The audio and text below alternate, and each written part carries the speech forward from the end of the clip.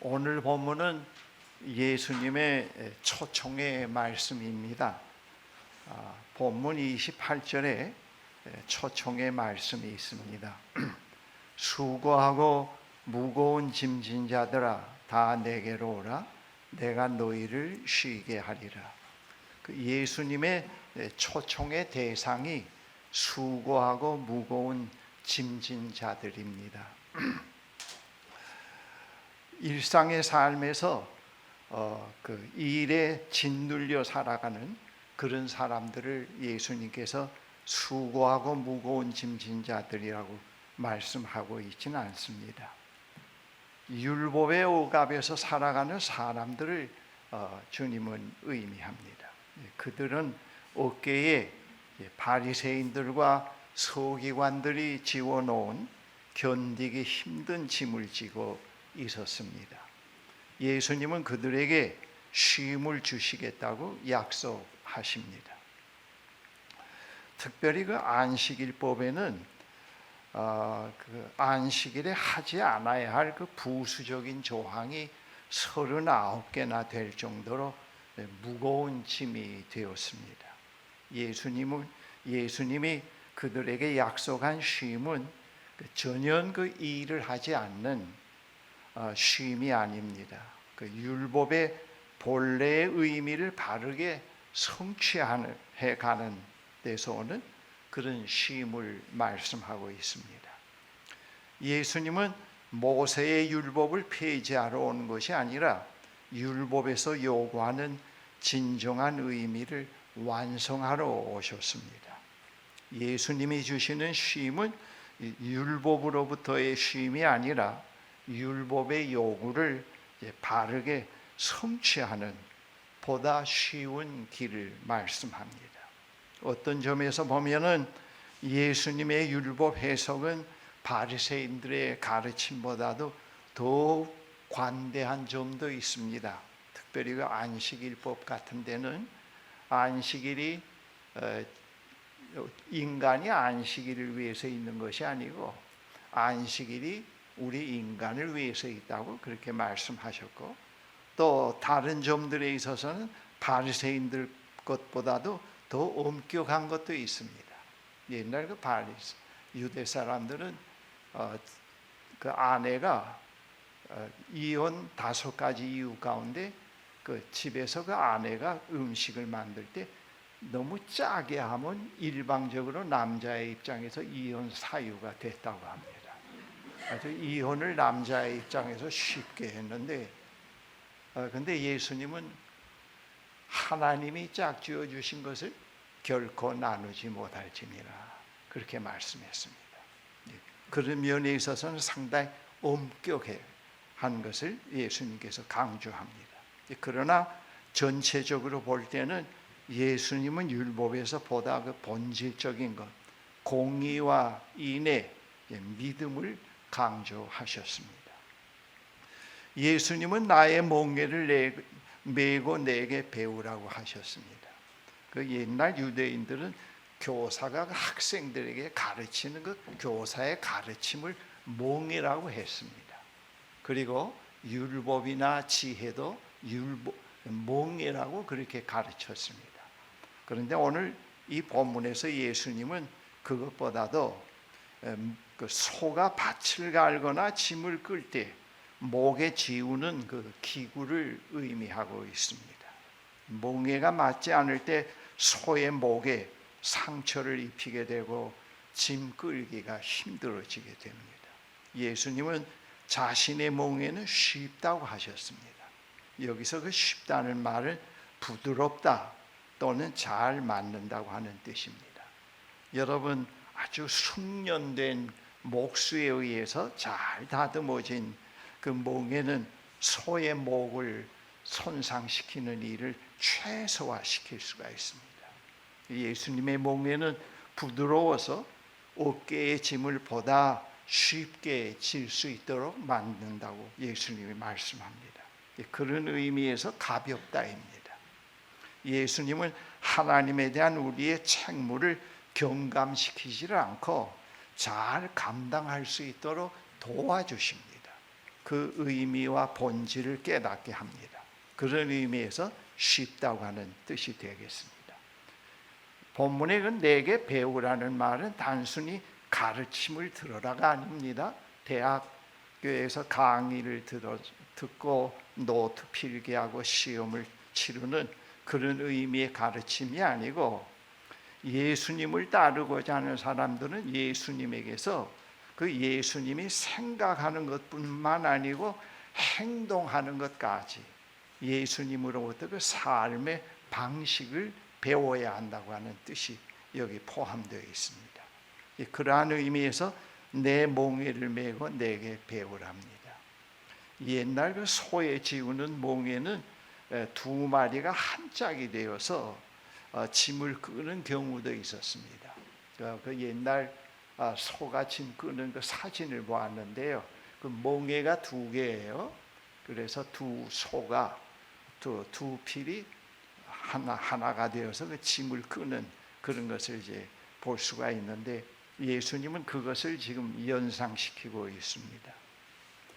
예수님은 그 한쪽은 예수님이 메고 다른 쪽은 예수님으로부터 배우는 그 제자가 메고, 예수께서 어떻게 끄는지 예수님을 통해서 배우는 것을 말합니다. 이 본문에서 바로 그것을 연상시킵니다. 예수께 배운다는 것은 몽에를 메는 그 기술, 테크닉이 아니라 몽에를 메고 가시는 예수님의 그 삶의 스타일, 라이프 스타일을 말합니다. 태도, 즉 마음이 온유하고 겸손함을 배우는 것을 말씀하고 있습니다. 너희들은 와서 나와 함께 몽에를 메고 내게 배우라. 근데 무엇을 배우느냐? 나로부터 온유함과 겸손함을 배우라. 온유함과 겸손함으로 짐을 지는 법을 너희가 배우라. 그런 뜻이 되겠습니다. 예수께서 보여주신 그 삶의 모범이 바로 온유함과 겸손을 여기서 말씀합니다. 예수님은 율법의 근본 뜻이 무엇인지, 또 하나님께서 왜 이스라엘에게 그것을 주셨는지, 그것을 바르게 성취해가는 길이 어떤 것인지를 잘 알고 계십니다. 그러므로 율법에서 본래 요구하는 바를 바르게 실현하려고 하는 사람은 예수님에게로부터 진지하게 배워야 그 율법이 요구하는 바를 성취해 갈 수가 있습니다. 그리고 아버지의 뜻을 알 수가 있습니다. 그 예수님의 말씀과 그의 행위는 모두 하나님의 뜻을 드러내고 있습니다. 오직 예수님만이 아버지를 완전하게 알 수 있습니다. 예수님만이 하나님을 완전히 안다는 것은 아버지께서 무슨 일을 하려고 하시는지를 아들 이외에는 아무도 알지 못한다고 하는 그런 뜻입니다.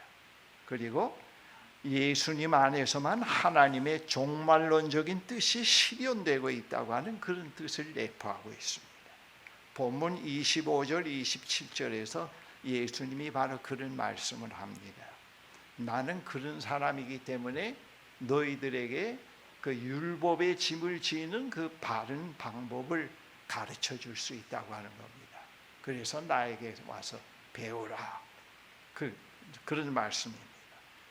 예수께서 초청하신 그 수고하고 무거운 짐을 지는 사람들은 일상의 삶에서 피곤하고 지친 사람들도 여기에 포함됩니다. 반드시 율법의 짐을 지고 있는 사람들만이 아니고 일상의 삶에서 피곤하고 지친 사람들도 포함이 됩니다.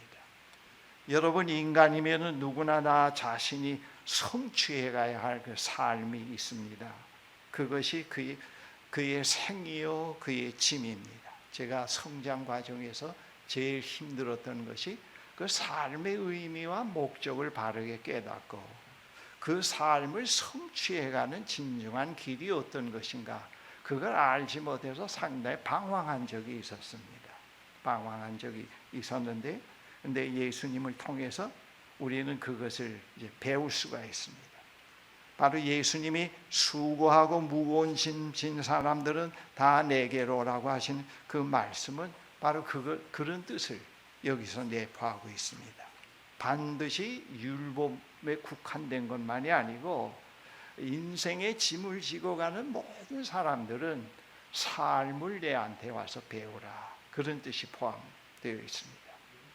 우리는 짐을 안 지고 살 수가 없습니다. 삶 자체가 짐입니다.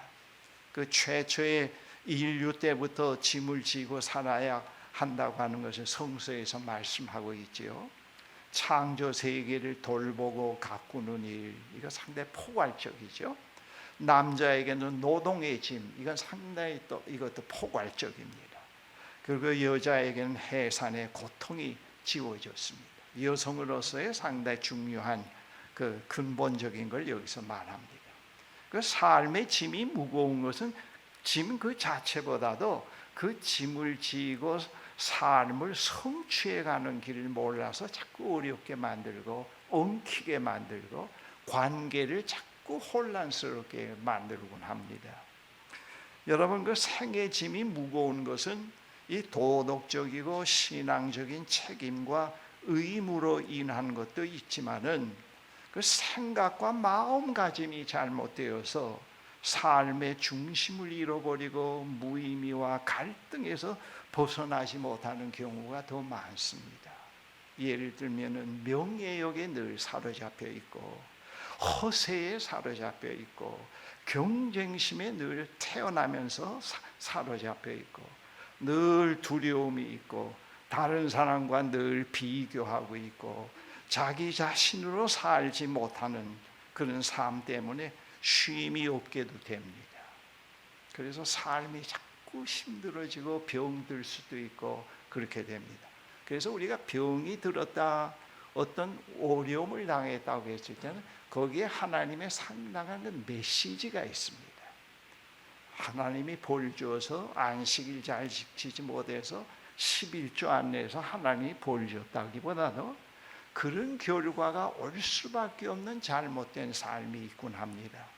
그래서 우리는 조용히 묵상 속에서 그 사건이 나에게 뭘 말씀하고 계시는가, 이것을 통해서 무엇을 또 한번 깨닫게 하고 거듭나게 하는가, 그런 메시지가 분명히 있곤 합니다.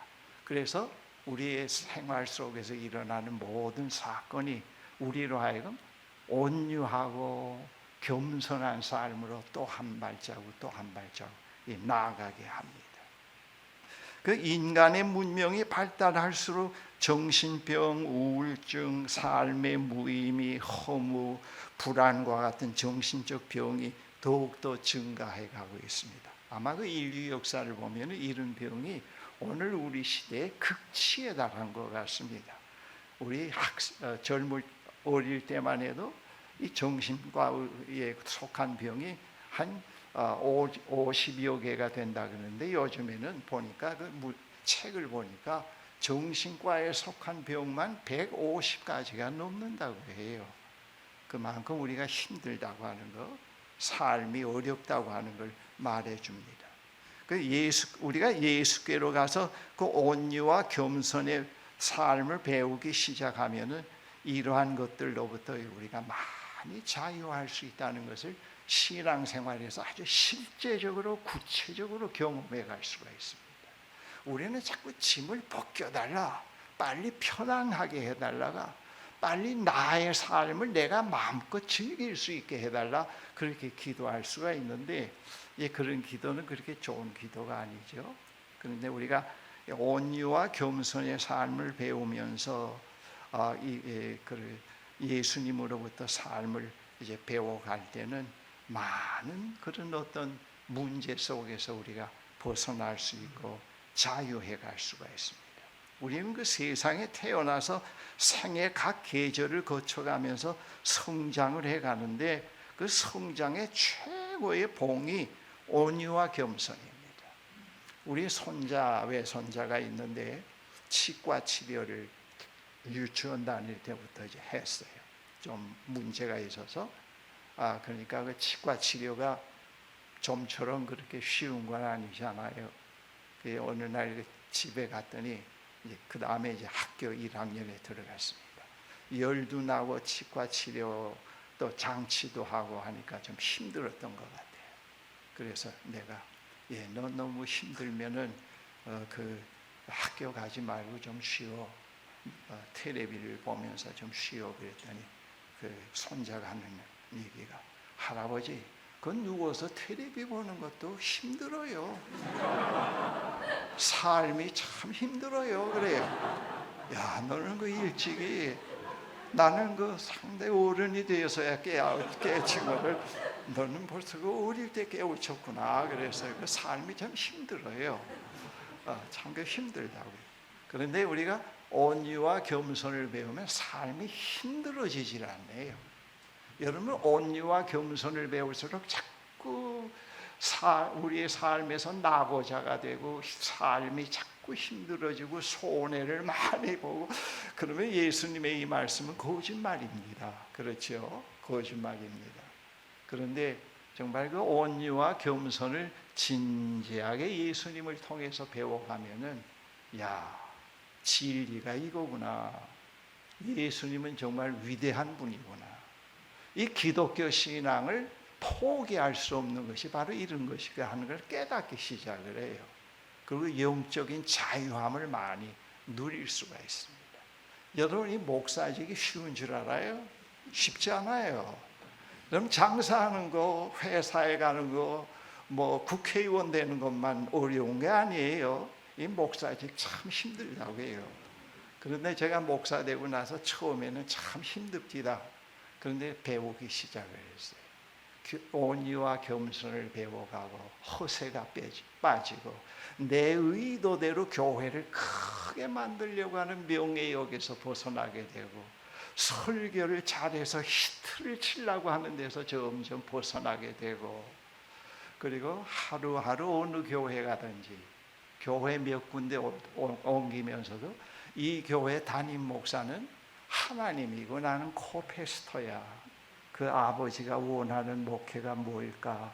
이 교회에 부족한 것을 어떻게 채워갈까? 이 영혼을 어떻게 인도해 갈까? 하는 것을 깨닫기 시작하니까 점점 쉬워집니다. 나는 이 말씀을 상당히 체험적으로 많이 깨달아가고 있어요. 이 노년을 사는 것도 쉬운 게 아니에요. 근데 노년에 이 온유와 겸손을 터득해 가면서 살기 때문에 노년이 더 괜찮게 살 수가 있습니다. 이 멍에가 가볍고 쉽다고 하는 것은 삶을 성취해 가는 길을 바르게 터득해 간다고 하는 뜻입니다. 여러분들은 원초적으로 이 세상에 태어나서 하나님의 초청에 한번 응했습니다. 그렇죠? 그것은 하나님의 백성으로 초청함으로써 응했기 때문에 이 자리에 지금 있는 겁니다. 그러나 우리가 하나님의 백성으로 이 세속사회에서 살아갈 때 예수님은 때때로 나에게 와서 너희가 하나님의 백성으로 살아가는 삶을 나로부터 배우라고 말씀합니다. 우리가 예수님의 초청에 원초적인 초청에 응답했지만은 자꾸 욕심에 경쟁심에 예수 믿는 사람은 남보다 잘 되고 성공해야 된다고 하는 그런 잘못된 것에 세뇌되기 때문에 예수 믿으면서도 사실 쉼이 없다고 해요. 그렇죠? 그런데 우리는 예수님을 통해서 이 온유와 겸손을 배우게 되면은 아무리 어려운 일을 하더라도 영적으로 깊은 쉼이 있네요. 안식이 있고요. 그리고 어떤 짐을 질 때도 그것을 주님의 뜻을 물어가면서 질 때 우리는 그 짐을 질 때 대부분 엉클어져요. 관계가 전부 흥클어지고 그리고 그 짐이 저 사람들 때문이라고 또 자꾸 우리는 원망을 하지요. 가정의 문제도 그렇고 자꾸 엉클어져요. 짐이 나를 성숙시키지 못하고 짐이 자꾸 관계를 엉클어지게 만들고 병들게 만들고 힘들게 만들어요. 그런데 예수님으로부터 온유와 겸손을 배우게 되면은 그런 것을 많이 극복해 갈 수가 있습니다. 그러면서도 속꼬리는 안 돼도 닭대가리 되지는 않지만은 그러나 우리는 경쟁심과 어떠한 비교의 삶에서 치열하게 삶의 현장에서 몸부림칠 때보다도 더 모든 일이 더 잘 돼요. 그건 틀림없습니다. 하나님이 진정 인도하는 길을 붙잡을 수가 있어요. 그리고 자유할 수가 있습니다. 그리고 내가 나로서 사는 법을 배울 수가 있습니다. 우리는 대부분 성공, 자녀의 성공, 또 무슨 큰 교회 나가느냐, 무슨 정계에 무슨 자리를 하나 했느냐, 전부 그런 것과 나를 동일화시키지요. 그래서 그게 무너지면 또 낙심하고, 또 그렇게 자꾸 그런 거에 동일화시키는 것을 붙잡기 위해서 주십시오 주십시오 하고 하나님을 믿을 수가 있죠. 그러다가 속임수예요, 어떤 의미에서. 우리는 그런 데서부터 자유할 수가 있습니다. 예수님이 그런 수준의 예수님이라고 하면은 사실 그 문제가 있죠. 사실 우리가 살고 있는 이 상황에서 우리는 요즘에 더 많이 그 스트레스를 받고 있죠. 코로나, 정치적인 불안, 우리나라뿐만 아니라 전 세계적으로, 그리고 기후의 변화로 인한 어떠한 지금 우리가 현실에도 보고 있습니다만, 그런 지구의 종말이 점점 다가오고 있다는 것은 상당히 우리에게 스트레스를 줍니다. 어떤 개인적인 실존의 결단, 또 종이컵 안 쓰기 결단, 그런 걸로 이 기후의 변화로, 자연계의 변화로 오는 재앙을 우리가 막을 수가 없네요. 그런 스트레스를 우리가 많이 받고 있습니다. 그런데 그런 가운데서도 예수님은 와서 내게 배우라고 말씀합니다. 단순히 강의를 듣는 것과 같은 형태의 배움이 아니고요, 내 멍에를 배우고, 내가 한쪽 멍에를 메고 너희들은 다른 한쪽을 메고 와서 배워라. 너 목사는 나와 같이 멍에를 메고 나를 배우면서 살아가. 큰 교회 목사가 되니까요, 그 큰 교회끼리 경쟁이 얼마나 심한지요. 그래서 제가 그때 나는 절대로 경쟁 안 한다. 경쟁할 때는 파국이 오겠구나. 시험에 들겠구나. 그래서 이 경쟁에서 떠났다. 한 20개의 큰 교회 목사로서 한 20개의 이사직 맺는 걸 다 나누어 주고, 교회에서 하는 거 불가피한 것만 한두 개 맡고, 그렇게 하면서 그 힘든 목회를 또 주님께로부터 배우면서 그 목회를 해본 경험이 있습니다. 예수님과 함께 멍에를 메고 가면서 우리는 매우 결정적인 것을 배우게 됩니다. 온유와 겸손을 배우기 시작하면서 짐이 가볍고 쉬워지는 것을 경험하게 되고요, 그동안 나의 삶이 힘들게 느껴지는 것은 짐 그 자체보다도 나의 마음의 태도에 있었다는 것을 깨닫기 시작을 합니다.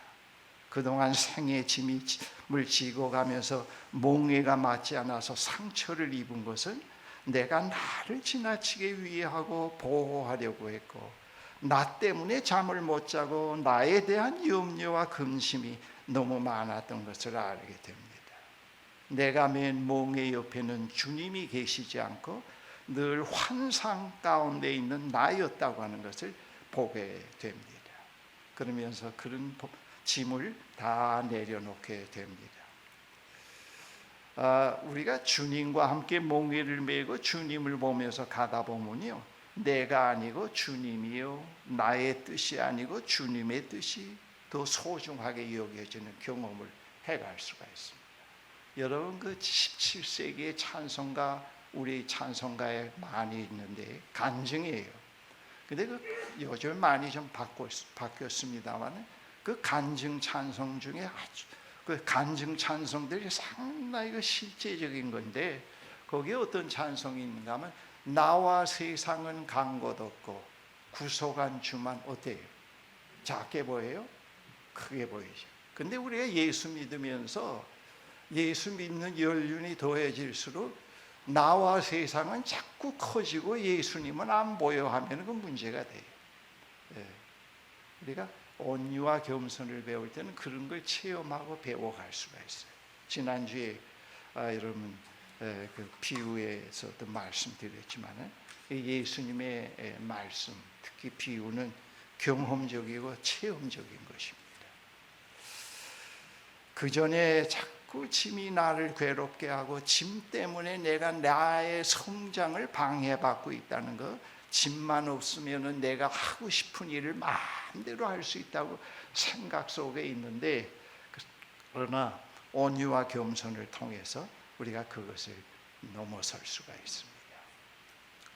우리 모세골 그 일상에 젊은 청년이 한 번 들어왔어요. 작년 하반기. 근데 직장이 생겼대요. 그래서 직장에 나가는데 너무 직장의 생활이 피곤해서 일상에 들어왔다고 합니다. 그래서 왜 피곤하냐 물었더니 직장에 나가면 전부 선배고 그 선배의 시선에 전부 잘 보여야 되고 맞춰야 되고, 그리고 자기가 어떻게 처신을 해야 될지 모르고 하니까 아침마다 일어나면 직장에 나가는 것이 참 부담이 된대요. 그래서 제가 그분에게 그런 얘기를 했어요. 형제, 이제부터는 그렇게 생각하지 말고 이 직장은 하나님이 함께 하시는 하나님의 직장이다. 그리고 나는 하나님의 코패스터, 동역자로 여기에 부르심을 받고 있다. 그래서 그 직장을 내 직장으로, 내 삶의 터전으로 받아들이라 그랬어요. 그리고 주님과 함께 내가 지금 이 일을 하고 있다. 그러면서 그 직장에서 하루하루의 생활을 주님으로부터 자꾸 배워가라고 그랬습니다. 그리고 다른 사람을 의식하지 말고 오늘도 다른 사람이 보지 못하는 이 주님이 어떻게 생각하실까, 주님의 마음에 들게, 시선으로부터 자꾸 빠져나오면서 주님의 마음에 들게 내가 하루하루를 살아가야 되겠다. 먼저 그 자유하는 사람이 돼야 당신이 그 직장에 살아남을 수 있다 그랬어요. 우리는 선배들에게 잘 보여야 되고 뭐 절기에 뭐 자꾸 갖다 바쳐야 되고 그래야, 그건 세상적이죠. 그러나 예수님과 함께 몽해를 메고 그 직장에서 하루하루 하나님의 자녀로서 살아가는 삶을 배워가라고 그랬어요. 그러면은 그 직장이 매우 즐거워지고, 그리고 특별히 잘 보이려고 하지 않더라도 다른 사람들에게 신뢰를 받을 수가 있고, 그 직장이 내가 있으므로 더 나은 환경이 돼야 되겠다. 내가 점유하고 있는 공간이 내가 있는 동안에는 지금보다 더 나아지게 만들겠다고 하는 생각을 가지고 주님과 함께 일하라 그랬어요. 그 후에 이제 오지 않았는데 아마 나중에 금년에 한번 오면은 물어보겠어요. 바뀌었는지. 그 예수님과 함께 하면은 분명히 그렇게 돼요. 뭐 틀림없다고요. 그래서 예수님 말씀은 진리입니다. 진리의 말씀이고 참입니다. 그래서 우리가 받을 만해요. 예수님의 말씀은 수고하고 무거운 짐진 자들은 다 내게 오라. 내가 너희를 쉬게 하리라. 아멘 주여. 제가 그대로 하겠나이다. 그렇게 되면 돼요. 그뭐 따지고 뭐 히브리어로 히라보로 무슨 뜻이고 그거 뭐 그럴 필요가 없다고요. 아멘 주여. 그렇게 하겠습니다. 하루하루 주님과 함께 배우게 해주세요. 제가 지금도 하루하루 주님과 함께 배워요. 아내와 함께 노년을 사는 법도 주님과 함께 몽해를 하고 배운다고요. 그 잠자는 시간 다 합하면 24시간 같이 있는데 그 힘들어요. 그러나 몽해를 메고 주님과 함께 배우니까 이 노년을 잘 살 수 있어요. 그러면서 천국 비자를 즐거운 마음으로 기다리고 있다고요. 여러분 천국 비자가 뭔지 알죠? 네. 미국 가는 비자가 아니에요. 네. 제가 결론으로 이 온유와 겸손의 삶으로 우리를 잘 안내해주는 유명한 기독교 고전이 있다고요. 토마스 아킨피스가 쓴 그리스도를 본받아. 이 책은 여러분 성경 다음으로 제일 많이 팔리고 읽힌 책입니다. 제가 금년 초에 이 책을 또 읽어봤어요. 학생 때 또 읽었는데 참 좋아요. 거기서 이제 한 문장을 발췌했는데 그대로 읽어드리고 제 설교를 마치겠습니다. 자신을 포기하지 않으면 결코 열매 맺는 진정한 주님과의 결합이 이루어질 수 없다. 내가 자주 하던 말을 다시 한번 강조하겠다. 자신을 부인하고 내 자신을 내려놓으면 진정한 내적 평안을 누리게 될 것이다. 모두를 위해 내가 가진 것 모든 것을 주어라. 아무것도 구하지 말고 되돌려 받을 생각도 하지 말라. 흔들림 없이 순수하게 내 안에 거하라. 그래야만 모든 것을 소유하게 될 것이다. 내 마음이 자유로우면 어두움이 찾아오지 않을 것이다. 이 일에 힘쓰라. 이 일을 기도 제목으로 삼으면 모든 이기심을 벗어버리고 모든 것을 포기한 나를 따르면서 자신을 죽이고 나와 함께 영생의 길에 들어설 수 있다. 그래야면 모든 헛된 상상과 악한 근심과 쓸모없는 걱정이 사라질 것이다. 지나친 두려움은 물러가고 무절제한 사랑 역시 모습을 감추게 될 것이다. 이 무절제한 사랑이라는 건 그리스도의 사랑을 말하지 않고 세속적인 사랑을 말합니다. 기도하십시다. 사랑의 하나님, 오늘 이 시대를 사는 저희들에게 정말 어디에 가야 쉼을 얻을 수 있는가, 어떻게 해야 우리의 삶을 사는 날까지 성취해 갈 수 있는가 하는 그런 물음을 갖고 방황하는 저희들이 될 수가 있는데, 주님께서 수고하고 무거운 짐진 자들 다 내게 오라고 말씀하시며 주님 안에 쉼이 있다는 것, 주님과 함께 삶을 살아가는데 성취가 있음을 우리에게 말씀합니다. 주여, 정말 감사합니다. 주님의 초청에 아멘으로 우리가 응답합니다. 하루하루 젊은이나 중년이나 나이 많은 분들이 주님과 함께 우리의 삶의 멍에를 지고 주님으로부터 온유와 겸손을 배워가는 승리의 삶을 살아갈 수 있게 축복해 주시옵소서. 병상에서도 일하면서도 자녀를 기르면서도 목회 현장에서도 교회 봉사하면서도 돈을 벌면서도 주님과 함께 멍에를 지고 온유와 겸손을 배워가는 저희들이 되게 해 주십시오. 예수 그리스도의 이름으로 기도합니다. 아멘.